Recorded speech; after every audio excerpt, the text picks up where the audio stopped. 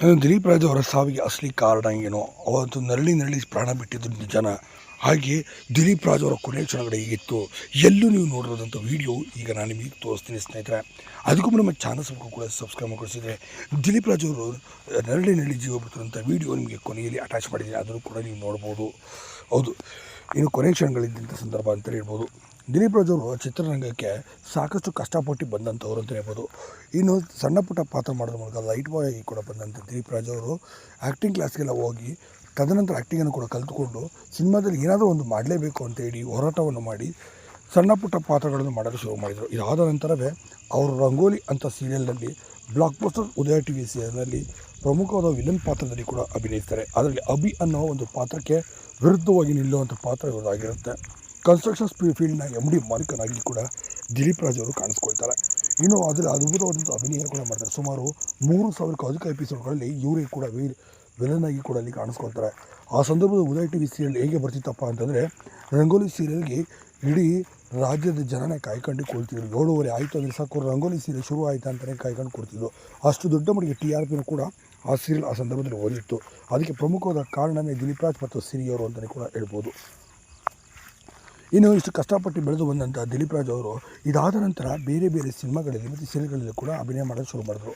ಮತ್ತು ನಂದಗೋಕುಲ ಅನ್ನೋ ಒಂದು ಸೀರಿಯಲ್ನಲ್ಲಿ ಕೂಡ ಇವರು ಅಭಿನಯ ಮಾಡಿದ್ರು. ನಂದಗೋಕುಲ ಮತ್ತು ಮನೆಯೊಂದು 3 ಬಾಗಿಲು ವನಿತಾ ವಾಸು ಅವರ ಜೊತೆ ಆ ಸೀರಿಯಲ್ನಲ್ಲಿ ಕೂಡ ಕಾಣಿಸ್ಕೊಂಡ್ರು. ಇದಾದ ನಂತರ ಕುಂಕುಮ ಭಾಗ್ಯ ಪ್ರತಿದಿನ 6 ಗಂಟೆಗೆ ಏಕ್ತಾ ಕಪೂರ್ ಅವರ ಪ್ರೊಡಕ್ಷನ್ಸ್ನಲ್ಲಿ ಮೂಡಿ ಬಂದಂತಹ ಕುಂಕುಮ ಭಾಗ್ಯ ಸೀರಿಯಲ್ನಲ್ಲೂ ಕೂಡ ದಿಲೀಪ್ ರಾಜ್ ಅವರು ಪ್ರಮುಖವಾದ ಪಾತ್ರವನ್ನು ಕೂಡ ಅವರು ನಿಭಾಯಿಸ್ಕೊಂಡು ಬಂದರು. ಇದಾದ ಬಳಿಕ ಒಳ್ಳೊಳ್ಳೆ ಸಿನಿಮಾಗಳನ್ನು ಕೂಡ ಇವರು ಅಭಿನಯ ಮಾಡಿದ್ರು ಅಂತ ಸಹ ಹೇಳ್ಬೋದು. ದಿಲೀಪ್ ರಾಜ್ ಅವರ ದಾರಿ ಅಷ್ಟು ಸುಲಭ ಇಲ್ಲ, ತುಂಬಾ ಕಷ್ಟಪಟ್ಟು ಬೆಳೆದು ಬಂದಂಥ ಹುಡುಗ ಅಂತಲೇ ಕೂಡ ಹೇಳ್ಬೋದು. ಹಾಗಾಗಿ ದಿಲೀಪ್ ರಾಜ್ ಅವ್ರಿಗೆ ಅಷ್ಟೊಂದು ಫ್ಯಾನ್ ಬೇಸ್ ಇರೋದಂಥದ್ದು. ಇದಾದ ನಂತರ ಸಿನಿಮಾದಲ್ಲೂ ಕೂಡ ಅವರು ಅದೃಷ್ಟ ಚೆಕ್ ಮಾಡೋದಕ್ಕೆ ನಾಯಕನಾಗಿ ಬಾಯ್ ಫ್ರೆಂಡ್ ಅಂತ ಒಂದು ಸಿನಿಮಾದ ಮೂಲಕ ಬರ್ತಾರೆ. 2003ರಲ್ಲಿ ಬಂದಂಥ ಅತಿ ದೊಡ್ಡ ಬ್ಲಾಕ್ ಬಸ್ಟರ್ ಸಿನಿಮಾ ಕೂಡ ಇದಾಗಿರುತ್ತೆ. ಇನ್ನು ಬಾಯ್ ಫ್ರೆಂಡ್ ಸಿನಿಮಾ ವಿಚಾರಕ್ಕೆ ಬಂದರೆ, ಆ ಸಿನಿಮಾದಲ್ಲಿ ಹಾಡುಗಳು ಕೂಡ ಸಿಕ್ಕಾಪಟ್ಟ ವೈರಲ್ ಕೂಡ ಆಗುತ್ತೆ. ಆ ಸಂದರ್ಭದಲ್ಲಿ ಕ್ಯಾಸೆಟ್ಗಳಲ್ಲಿ ಮತ್ತು ಪ್ರತಿಯೊಂದು ಆಟೋಗಳಲ್ಲೂ ಕೂಡ ಅವರ ಹಾಡು ಅಷ್ಟೇ ಅದ್ಭುತವಾಗಿ ಬೀಟ್ಸ್ನಲ್ಲಿ ಕೇಳಿಬರುತ್ತೆ. ಆದರೆ ಸಿನಿಮಾ ಆ ಸಂದರ್ಭದಲ್ಲಿ ಫೇಲ್ ಆಗುತ್ತೆ. ಆದರೆ ಸಿನಿಮಾದಲ್ಲಿ ಫೇಲ್ ಆದರೂ ಕೂಡ ಅವರ ಹಾಡಿನಲ್ಲಿ ಸಾಕಷ್ಟು ಹಿಟ್ಟಾಗಿ ಆಗ ಉದಯ ಮ್ಯೂಸಿಕ್, ಯೂಟ್ಯೂಬ್ ಮತ್ತು ಈ ಥರ ಒಳ್ಳೊಳ್ಳೆ TV ಚಾನಲ್, ಸಾಂಗಿಂಗ್ ಚಾನಲಲ್ಲೇ ಎನಿ ಟೈಮ್ ಇವರ ಸಾಂಗ್ಗಳು ಬರೋದು. ಮತ್ತು ETV ಕನ್ನಡದಲ್ಲಿ ಬರ್ತಿದ್ದಂಥ ಫಿಲ್ಮಿ ಫಂಡಾದಲ್ಲೂ ಕೂಡ ಇವರ ಟ್ರೈಲರ್ಗಳು ಕೂಡ ತುಂಬಾ ಸರಿ ಪ್ರಸಾರವಾಗೋದು ಅಂತಲೇ ಹೇಳ್ಬೋದು. ಇನ್ನು ಹೀಗೆ ಹೋಗ್ತಿರೋಂಥ ಸಂದರ್ಭದಲ್ಲಿ ದಿಲೀಪ್ ರಾಜ್ ಅವರು ಸಾಕಷ್ಟು ದೊಡ್ಡ ಮಟ್ಟಿಗೆ ಹೆಸರು ಕೂಡ ಮಾಡಿದ್ರು. ಇದಾದ ನಂತರ ವಿಷ್ಣುವರ್ಧನ್ ಅವರ ಜೊತೆ ಅಭಿನಯಿಸಿದಂಥ ಕ್ಷಣ ಸಿನಿಮಾದಲ್ಲಿ ಕೂಡ ಇವರಿಗೆ ಅತಿ ದೊಡ್ಡ ಮಟ್ಟಿಗೆ ಅವಕಾಶ ಕೂಡ ಒದಗಿ ಬಂತು. ಆ ಕ್ಷಣ ಸಿನಿಮಾದಲ್ಲಿ ಕೂಡ ಒಳ್ಳೆ ಅಭಿನಯನ ಕೂಡ ಮಾಡಿದ್ರು, ಒಳ್ಳೆಯ ಹೆಸರು ಸಹ ಮಾಡಿದ್ರು. ಇದೆಲ್ಲ ಆದ ನಂತರ ದಿಲೀಪ್ ರಾಜ್ ಅವರು ಹಿಟ್ಲರ್ ಕಲ್ಯಾಣ ಅಂತ ಒಂದು ಬ್ಲಾಕ್ ಬಸ್ಟರ್ ಸೀರಿಯಲಲ್ಲೂ ಕೂಡ ಅಭಿನಯಿಸಿದರು. ಇತ್ತೀಚೆಗೆ ಬಂದಂಥ ಹಿಟ್ಲರ್ ಕಲ್ಯಾಣದಲ್ಲಿ ಅತಿ ದೊಡ್ಡ ಮಟ್ಟಿಗೆ ಅವರು ಅಭಿನಯ ಕೂಡ ಮಾಡಿದ್ರು. ಇದರ ಜೊತೆಗೆ 2 ಸೀರಿಯಲ್ಗಳಲ್ಲಿ ನಿರ್ಮಾಣ ಕಾರ್ಯನೂ ಕೂಡ ಇವರೇ ಮಾಡಿಕೊಂಡು ಬಂದರು. 2 ಸೀರಿಯಲ್ನ ನಿರ್ಮಾಪಕರಾಗಿ ಕೂಡ ಇವರು ಕಾರ್ಯವನ್ನು ನಿರ್ವಹಿಸಿದರು. ಹೀಗಾಗಿ ಅತಿ ದೊಡ್ಡ ಮಟ್ಟಿಗೆ ಹೆಸರು ಮಾಡಿದ್ರು ನಮ್ಮ ದಿಲೀಪ್ ರಾಜ್ ಅವರು ಅಂತ ಹೇಳ್ಬೋದು. ಇಂದಿಗೂ ಸಹ ಆಸೆ ಸೀರಿಯಲ್ ಮತ್ತು ಇನ್ನೊಂದು ಸೀರಿಯಲ್ಗೂ ಕೂಡ ನಿರ್ಮಾಪಕರಾಗಿ ಮತ್ತು ಇವ್ರದ್ದು ಪ್ರೊಡಕ್ಷನ್ ಹೌಸ್ನಲ್ಲಿ ಕೂಡ ಸೀರಿಯಲ್ಗಳು ಕೂಡ ಮೂಡಿ ಬರ್ತಿತ್ತು. ಹೀಗಾಗಿ ನೀವು ನೋಡಿರ್ಬೋದು, ಅವರು ಸಾವಿರಪ್ಪಿದಂಥ ದಿನ ಸಾಕಷ್ಟು ಸೀರಿಯಲ್ ನಟ ನಟಿಯರು, ಸಿನಿಮಾ ನಟ ನಟಿಯರು ಕೂಡ ಅವ್ರ ಸಾವಿಗೆ ಬಂದು ಭೇಟಿ ಕೊಟ್ಟರು. ಆದರೆ ಅತಿ ಹೆಚ್ಚಾಗಿ ಸೀರಿಯಲ್ನವರೇ ಇದ್ದರು ಎಂಬುದೇ ವಿಶೇಷ ಅಂತಲೂ ಕೂಡ ಹೇಳ್ಬೋದು. ತುಂಬಾ ಕಷ್ಟಪಟ್ಟು ಬೆಳೆದು ಬಂದಂಥ ಈ ನಟನ ಕೊನೆಯ ಕ್ಷಣಗಳು ನೋಡ್ತಾ ಬಂದರೆ, ಅಂದು ರಾತ್ರಿ ಮಧ್ಯಾಹ್ನದಲ್ಲಿ ಅವರು ಸ್ವಲ್ಪ ಎದೆನೋವು ಕಾಣಿಸ್ಕೊಂಡಿದೆ ಅಂತೇಳಿ ಅವ್ರು ಫೋನ್ ಮಾಡಿರ್ತಾರೆ. ಬನ್ನಿ ತಕ್ಷಣ ಆಸ್ಪತ್ರೆಗೆ ಹೋಗೋಣ ಅಂತ ಹೇಳಿಕ್ಕೆ, ನೋಡೋಣ ಶೂಟಿಂಗ್ ಮುಗಿಸ್ಕೊಂಡು ಬೇಗ ಬರ್ತೀನಿ ಅಂತ ಹೇಳಿ ದಿಲೀಪ್ ರಾಜ್ ಅವರು ಫೋನ್ ಮಾಡಿ ವಿದ್ಯಾ ಅವರಿಗೆ ಹೇಳ್ತಾರೆ. ಪ್ರತಿ ಕ್ಷಣವೂ ಕೂಡ ಶ್ರೀವಿದ್ಯಾ ಅವರು ದಿಲೀಪ್ ರಾಜ್ ಅವ್ರ ಜೊತೆ ಅವತ್ತು ಇರ್ತಾರೆ. ಆದರೆ ಅವತ್ತು ಮನೆಗೆ ಬಂದಿರ್ತಾರೆ ಬೇಗನೆ. ಶ್ರೀವಿದ್ಯಾ ಅವರು ಶೂಟಿಂಗ್ ಸಿಟಿಗೂ ಸಹ ಹೋಗಿರೋದಿಲ್ಲ ಅಂತ ಹೇಳಲಾಗುತ್ತೆ. ಸಂಜೆ ಬರಬೇಕಾದ್ರೂ ಸಹ ಆಯಿತು, ನಾನು ಬೇಗ ಊಟ ಮಾಡ್ಕೊಂಡು ಹೋಗೋಣ ಅಂತ, ನನಗೆ ಸ್ವಲ್ಪ ಯಾಕೋ ಎದೆನೋವು ಅನ್ನಿಸ್ತದೆ ಅಂತ ಹೇಳಿ ಅವರು ಕರೆ ಮಾಡಿ ಸಹ ತಿಳಿಸ್ತಾರೆ. ಇದಾದ ನಂತರ ಆಯಿತು ಅಂತ ಮನೆಗೆ ಬರ್ತಾರೆ. ಬೇಗ ಕೈಕಾಲು ತೊಳ್ಕೊಂಡು ಫ್ರೆಶ್ ಅಪ್ ಆಗಿ ಸ್ನಾನ ಮಾಡ್ಕೊಂಡು ಊಟನೂ ಕೂಡ ಮಾಡ್ಕೊಳ್ತಾರೆ. ಊಟ ಮಾಡೋಂಥ ಸಂದರ್ಭದಲ್ಲಿ ಏನಿಲ್ಲ, ಸ್ವಲ್ಪ ಈಗ ಒಂಚೂರು ಪರವಾಗಿಲ್ಲ ಅನಿಸುತ್ತೆ. ಮತ್ತು ನಾನು ಕಟ್ಟಿರುವಂಥ ಸ್ಮಾರ್ಟ್ ವಾಚು ತುಂಬಾ ಚೆನ್ನಾಗಿ ತೋರಿಸುತ್ತೆ. ಸುಮಾರು 50,000 ಬೆಲೆ ಬಾಳೋ ವಾಚ್ ಇರೋದ್ರಿಂದ ಇದರಲ್ಲಿ ಹಾರ್ಟ್ ಬೀಟ್ ರೇಟಿಂಗ್ಸ್ ತುಂಬಾ ಚೆನ್ನಾಗಿ ಬರುತ್ತೆ. ಹಾಗಾಗಿ ಅದ್ರ ಭಯ ಪಡುವಂಥ ಅವಶ್ಯಕತೆ ಏನಿರೋದಿಲ್ಲ. ಇದರಲ್ಲಿ ಪರ್ಫೆಕ್ಟಾಗಿದೆ. ಸ್ವಲ್ಪ ಏನೋ ಗ್ಯಾಸ್ಟ್ರಿಕ್ ಏನಾದರೂ ಜಾಸ್ತಿ ಆಗಿರ್ಬೋದು ಅಂತ ಹೇಳಿ ಅವರು ಅಂತಾರಂತೆ.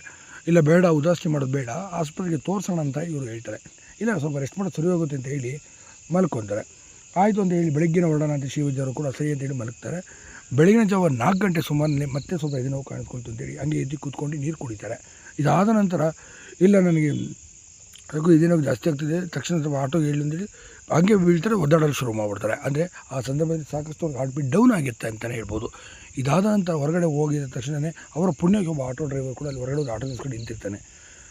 ಆ ತಕ್ಷಣ ಆಟೋ ಡ್ರೈವರ್ ಓಡಿ ಬಂದು ಆ ದಿಲೀಪ್ ರಾಜ್ ಅವ್ರನ್ನು ಕೂಡ ಎತ್ಕೊಂಡು ಆಸ್ಪತ್ರೆಗೆ ಹೋಗ್ತಾನೆ. ಹತ್ತಿರದಲ್ಲಿರೋಂಥ ಖಾಸಗಿ ಆಸ್ಪತ್ರೆಗೆ ಹೋಗಿ ಹೆಚ್ಚಿನ ಚಿಕಿತ್ಸೆಯನ್ನು ಕೂಡ ಪಡೆಯುತ್ತಿರ್ತಾರೆ. ವಿಚಾರ ಏನಪ್ಪ ಅಂತಂದರೆ ದಿಲೀಪ್ ರಾಜ್ ಅವರ ಮುಕ್ಕಾಲು ಜೀವ ಆಟೋದಲ್ಲೇ ಹೋಗ್ಬಿಟ್ಟಿರುತ್ತೆ ಅಂತ ಸಹ ಹೇಳಲಾಗುತ್ತೆ. ಸಾಕಷ್ಟು ನರಳುತ್ತಾರೆ ಅಂತ ಹೇಳಲಾಗುತ್ತೆ.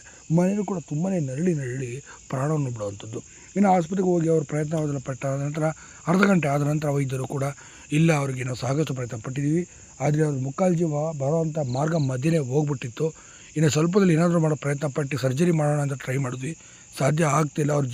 ಅವರು ನಮ್ಮ ಯಾವುದೇ ಚಿಕಿತ್ಸೆಗೂ ಕೂಡ ರೆಸ್ಪಾನ್ಸ್ ಕೊಡದಿದ್ದಾಗ ಸರ್ಜರಿ ಮಾಡೋಕ್ಕೆ ಸಾಧ್ಯನೇ ಆಗಿಲ್ಲ. ಅವ್ರ ಜೀವ ಈಗಾಗಲೇ ಹೋಗಿ ತುಂಬ ಸಮಯ ಆಗೋಗಿದೆ ಅಂತೇಳಿ ವೈದ್ಯರು ಒಂದು ಶಾಕಿಂಗ್ ಹೇಳಿಕೆಯನ್ನು ಕೊಡ್ತಾರೆ.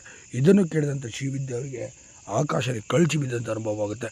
ವಿಚಾರ ಏನಪ್ಪ ಅಂದರೆ ಅವರು ಇಷ್ಟು ಮಟ್ಟಿಗೆ ನರಳಿ ಈ ಥರ ಈಗ ಆಟೋದಲ್ಲೆಲ್ಲ ಹೋಗಿದ್ದು ಈ ಮಾಡಿದ್ದು ಯಾವ ಸೋಷಿಯಲ್ ಮೀಡಿಯಾದಲ್ಲಿ ಮಾಧ್ಯಮದಲ್ಲಿ ಬಂದಿಲ್ಲ. ಇದನ್ನೇ ಮೊಟ್ಟ ಮೊದಲ ಬಾರಿಗೆ ನಾನು ನಿಮಗೆ ತೋರಿಸ್ತಾ ಅಂಥದ್ದು. ನಿಜಕ್ಕೂ ಇದು ಕಣ್ಣೀರು ಬರುವಂಥ ಸುದ್ದಿ ಅಂತ ಹೇಳ್ಬೋದು. ಇನ್ನು ಈ ರೀತಿ ಜೀವವನ್ನು ಕೂಡ ಬಿಟ್ಟಿರುವಂಥದ್ದು ನಮ್ಮ ದಿಲೀಪ್ ರಾಜ್ ಅವರು. ನಿಜಕ್ಕೂ ಕೂಡ ದಿಲೀಪ್ ರಾಜ್ ಅವರು ಇಷ್ಟು ಫಿಟ್ಟಾಗಿದ್ದು ಸ್ವಲ್ಪ ಅವರಿಗೆ ಅವಕಾಶ ಸಿಕ್ಕಿದ್ರೆ ಸಾಕು ಫಿಟ್ನೆಸ್ ಕಡೆ ಗಮನ ಕೊಡ್ತಿದ್ದಂಥ ಇವರು ಸಮಯ ಸಿಕ್ಕಿದಾಗ ಆದರೆ ಇವರು ಈ ರೀತಿ ಸಾವನ್ನಪ್ಪಿರೋದು ಹೃದಯಾಘಾತಕ್ಕೆ ಒಳಗಾಗಿ ಸಾವನ್ನಪ್ಪಿರೋದು ಚಿತ್ರರಂಗಕ್ಕೆ ನುಂಗಲಾರದ ತುತ್ತು ಅಂತ ಹೇಳ್ಬೋದು.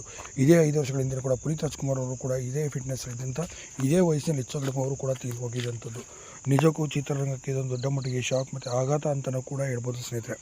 ಯಾಕೆಂದರೆ ಸಾಕಷ್ಟು ಕನಸುಗಳನ್ನು ಇಟ್ಕೊಂಡಿದ್ದ ದಿಲೀಪ್ ರಾಜ್ ಅವರು 50ನೇ ವಯಸ್ಸಿನ ತನಕ ಕೂಡ ಪ್ರೊಡಕ್ಷನ್ ಹೌಸನ್ನು ನಡೆಸ್ಕೊಂಡು ಸಾವಿರಾರು ಜನಕ್ಕೆ ಕೆಲಸವನ್ನು ಕೊಟ್ಟು ಹೀಗೆ ಮುಂದುವರ್ಸ್ಕೊಂಡು ಹೋಗಬೇಕು. ತದನಂತರ ಮಲೆನಾಡು ಜಾಗದಲ್ಲಿ ಒಂದು ಒಳ್ಳೆ ಎಸ್ಟೇಟನ್ನು ತೆಗೆದುಕೊಂಡು ನೆಮ್ಮದಿಯಾಗಿ ಜೀವನವನ್ನು ಸಾಗಿಸಬೇಕು. ನಟನೆಯನ್ನು ಮಾತ್ರ ಸಾಯೋ ತನಕ ಮಾಡಲೇಬೇಕು ಅಂತ ಕನಸುಗಳನ್ನು ಇಟ್ಕೊಂಡಿದ್ದಂಥ ದಿಲೀಪ್ ರಾಜ್ ಅವರು ಈ ಥರ ಅತಿ ಚಿಕ್ಕ ವಯಸ್ಸಿನಲ್ಲೇ ಮಧ್ಯೆನೇ ಕೊನೆಯ ಸೆಳೆದಿರೋಂಥದ್ದು ಇಡೀ ಚಿತ್ರರಂಗಕ್ಕೆ ಕೂಡ ನುಂಗಲಾರದ ತುತ್ತು ಆಗಿದೆ.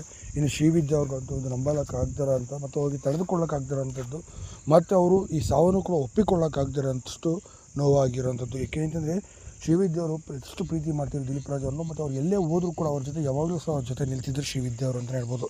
ಇನ್ನು ಈಗಿರೋಂಥ ಸಂದರ್ಭದಲ್ಲಿ ಅವರು ಈ ಸಾವನ್ನು ಕೂಡ ಅವ್ರು ಒಪ್ಪಿಕೊಳ್ಳೋಕ್ಕೆ ಯಾವುದೇ ಕಾರಣಕ್ಕೂ ತಯಾರು ಸಹ ಇರಲಿಲ್ಲ. ನಿಜವಾಗಿ ನಿಮ್ಮ ಸತ್ಯನ ಎದ್ದೇಳು ಅಂತ ಹೇಳಿದ್ರು. ಅವ್ರ ಕೊನೆಯ ಸಂದರ್ಭ ಅವ್ರಿಗೆ ಮಶಾಣ ತೆಗೆದುಕೊಂಡು ಹೋಗೋ ತನಕ ಕೂಡ ಶ್ರೀವಿದ್ಯಾ ಅವರು ಅಷ್ಟೇ ಕಣ್ಣೀರು ಹಾಕಿಕೊಂಡು ಇದು ಮಾಡ್ತಿದ್ರು. ನಾನು ಒಬ್ಬನೇ ಬಿಟ್ಟು ಹೆಂಗೆ ಹೋಗ್ತೀನಿ ಅಂತ. ಆ ಸಂದರ್ಭದಲ್ಲಿ ದಿಲೀಪ್ ರಾಜ್ ಅವರ ಪತ್ನಿ ಕಣ್ಣೀರು ಹಾಕಿದ್ರು. ನಿಜಕ್ಕೂ ಕೂಡ ತುಂಬ ನೋವಾಗುತ್ತೆ. ಸದ್ಯ ಈಗ 11 ದಿನದ ಕಾರ್ಯರು ಕೂಡ ಈಗ ಮುಗಿದಿರೋಂಥದ್ದು. ಈಗ ದಿಲೀಪ್ ರಾಜ್ ಅವರು ನಿಜಕ್ಕೂ ಈ ಸಂದರ್ಭದಲ್ಲಿ ಅವರು ಕೊನೆಯ ದಿನ ಮತ್ತು ಆ ಕೊನೆಯ ಕ್ಷಣಗಳನ್ನು ನೆನೆಸ್ಕೊಂಡು ತುಂಬಾ ಭಾವುಕರಾಗಿ ಕೂಡ ಅವ್ರ ಕುಟುಂಬದವರು ಕೂಡ ಅವರ ಪತ್ನಿ ಮತ್ತು ಮಗಳು ಸಹ ಮತ್ತು ಸಾಕಷ್ಟು ಸಿನಿಮಾ ಮತ್ತು ಆಪ್ತ ಸ್ನೇಹಿತರ ವಲಯದಲ್ಲಿರುವಂಥವ್ರು ಎಲ್ಲರೂ ಕೂಡ ತುಂಬಾ ಕಣ್ಣೀರು ಹಾಕಿರೋಂಥದ್ದು. ನಿಜಕ್ಕೂ ಕೂಡ ಇದು ಮನಕಲಕುವಂಥ ಭಾವನಾತ್ಮಕವಾದ ಘಟನೆ ಅಂತಲೂ ಕೂಡ ಹೇಳ್ಬೋದು. ಸದ್ಯ ದಿಲೀಪ್ ರಾಜ್ ಅವರು ಈ ರೀತಿ ಕೊನೆ ಕ್ಷಣದಲ್ಲಿ ನಳ್ಳಿ ಪ್ರಾಣ ಬಿಟ್ಟಿರುವಂಥದ್ದು. ಅದೇ ತೀವ್ರ ಹೃದಯಘಾತವಾಗಿ ಅವ್ರು ಇನ್ನೊಂದು ಅರ್ಧ ಗಂಟೆ ಮುಂಚೆ ಏನಾದರೂ ಆಸ್ಪತ್ರೆ ತಲುಪಿದರೆ ಉಳಿಸುವ ಸಾಧ್ಯತೆ ಇತ್ತೋ ಏನೋ ಅಂತಲೂ ಕೂಡ ಇವತ್ತಿಗೂ ಕೂಡ ಶ್ರೀವಿದ್ಯರು ಅದನ್ನು ನೆನೆಸಿಕೊಂಡು ತುಂಬಾ ಕಣ್ಣೀರು ಹಾಕುವಂಥದ್ದು. ಏನೇ ಇರಲಿ ದಿಲೀಪ್ ರಾಜ್ ಅವರ ಆತ್ಮಕ್ಕೆ ಶಾಂತಿ ದೊರಕಲಿ ಅಂತ ನಾವು ಕೂಡ ದೇವರಲ್ಲಿ